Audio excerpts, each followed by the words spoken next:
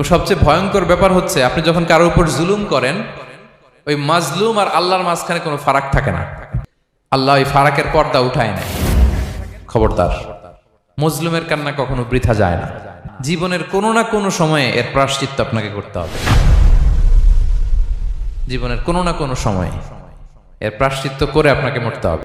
কিয়ামতের দিন আল্লাহর সুপ্রিম কোর্টের কাঠগড়ায় হিসেব দিতে হবে। আর এই জালিমদেরকে আল্লাহ তাআলা পছন্দ করেন না। এবং সবচেয়ে ভয়ঙ্কর ব্যাপার হচ্ছে আপনি যখন কারোর উপর জুলুম করেন, ওই মাজলুম আর আল্লাহর মাঝখানে কোনো ফারাক থাকে না। আল্লাহ ওই ফারাকের পর্দা উঠায় নেয়।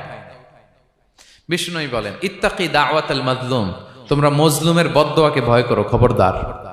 কারণ ফাইন্না লাইসা বাইনাহা ওয়া বাইনাল্লাহি হিজাব, তার আর আল্লাহর মাঝে কোনো পর্দা থাকে না। দোয়া করলেই ওটা আরশে যেয়ে কবুল হয়ে যায়।